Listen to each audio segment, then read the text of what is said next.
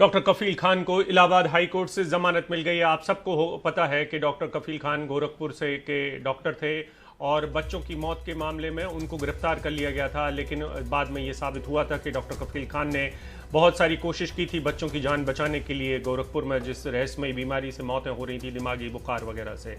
और उसके बाद उनके बुरे दिन लगातार चलते रहे हैं और उनको बाद में भड़काऊ भाषण के आरोप में गिरफ्तार कर लिया गया, रासुका के तहत गिरफ्तार किया गया। हमारे साथी आलोक पांडे हैं। आलोक, क्या क्या कहा है हाईकोर्ट ने?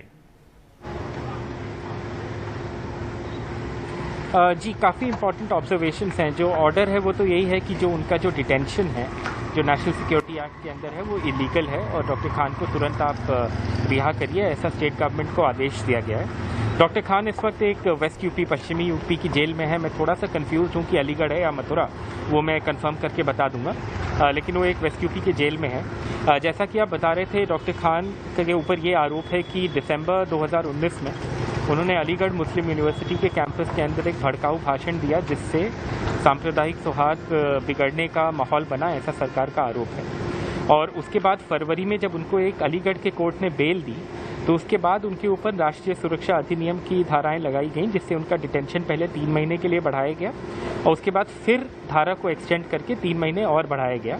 उसके बाद उनका जो परिवार है वो कोर्ट्स में गया, फाइनली इलाहाबाद हाई कोर्ट में गया जहाँ पे उनकी हियरिंग चल रही थी और आज इनकी रिहाई हुई है। लेकिन 1-2 चीज़ें मैं ऑर्डर से पढ़ना चाहूँगा जो कि बहुत इंपॉर्टेंट हैं, जिस पे हमें गौर करना चाहिए। एक चीज़ जो इलाहाबाद हाई कोर्ट ने कहा है, अंग्रेजी में ऑर्डर है, मैं हिंदी में पैराफ्रेज कर रहा हूँ। उन्होंने कहा है कि अगर आप स्पीच को प्रथम दृष्टया पढ़ें, जो स्पीच उनके ऊपर आरोप है कि जिससे सांप्रदायिक सौहार्द बिगड़ रहा था, उससे कोई ऐसा एफर्ट नहीं मालूम होता that it was done to promote hatred या वायलेंस, या मतलब हेट्रेड या वायलेंस प्रमोट करने वाली स्पीच नहीं लगती। बल्कि वो कह रहे हैं, हाईकोर्ट ये कह रहा है कि इस एड्रेस से हमें ये प्रतीत होता है कि ये नेशनल इंटेग्रिटी और यूनिटी की एक स्पीच थी। उसके अलावा वो ये भी कह रहे हैं कि किसी भी तरह के वायलेंस को ये बढ़ावा नहीं देती दिख रही है स्पीच। और डिस्ट्रिक्ट मैजिस्ट्रेट जो होते हैं एक जिले के, वो एनएसए का ऑर्डर इन्वोक करने के अथॉरिटी होते हैं, तो उनके ऊपर भी एक टिप्पणी है कि ऐसा लगता है कि उस समय के जो डीएम अलीगढ़ थे उन्होंने सेलेक्टिव रीडिंग की है और सेलेक्टिव मेंशन किया है कुछ फ्रेजेस का इस स्पीच की ट्रू इंटेंट को इग्नोर करते हुए। ये एक बहुत सिग्निफिकेंट ऑब्जर्वेशन है। अब देखने वाली बात होगी कि यूपी सरकार इस पर कैसे रिएक्ट करती है, क्योंकि हम जैसा कि आप बता रहे थे, उत्तर प्रदेश सरकार और काफिल खान का जो रिश्ता है काफ़ी विवादों वाला रहा है। डॉक्टर खान 2017 में डॉक्टर थे डीआरडी में, एक तरह से सबसे ज़्यादा ब्लेम उन पे आया था ये ऑक्सीजन डेथ्स के लिए। वो 8-9 महीने जेल में भी रहे थे, उसके बाद उनको बेल मिली थी। उसके बाद डॉक्टर कफील खान ये कहते रहे हैं कि यूपी सरकार की इंटरनल इंक्वायरीज जो हैं उसमें उनको निर्दोष पाया गया है। सरकार हर बार उनके इन दावों को झुठलाती रही है और फिर ये एनएसए वाला जो पूरा प्रकरण है ये तो हमारे सामने है ही।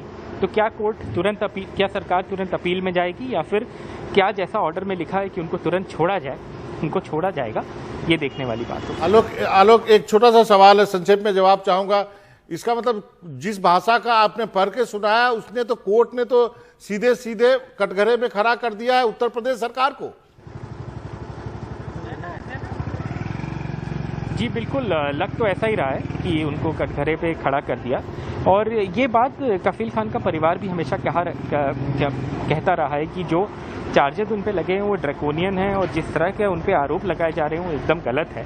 और कोर्ट भी जो जजमेंट दे रहा है उसमें यही कह रहा है कि भाई आप इतना स्ट्रिंजेंट धारा, किसी की लिबर्टी आप ले रहे हैं। आप एनएसए जब लगाते हैं तो किसी को बेल नहीं मिलती है, आप उसकी लिबर्टी ले रहे हैं, उसको एक्सटेंड कर रहे हैं। जबकि जो डीएम है अलीगढ़ के, वो ट्रू इम्पोर्ट जो स्पीच का है वो शायद उससे सेलेक्टिव कोटिंग कर रहे हैं। तो ये सरकार को कटघरे में खड़ा करता है। लेकिन क्या ये सरकार इस बात को मानने को तैयार रहेगी या फिर क्या आगे भी ये लोग कोई अपील करेंगे, ये देखने वाली बात है।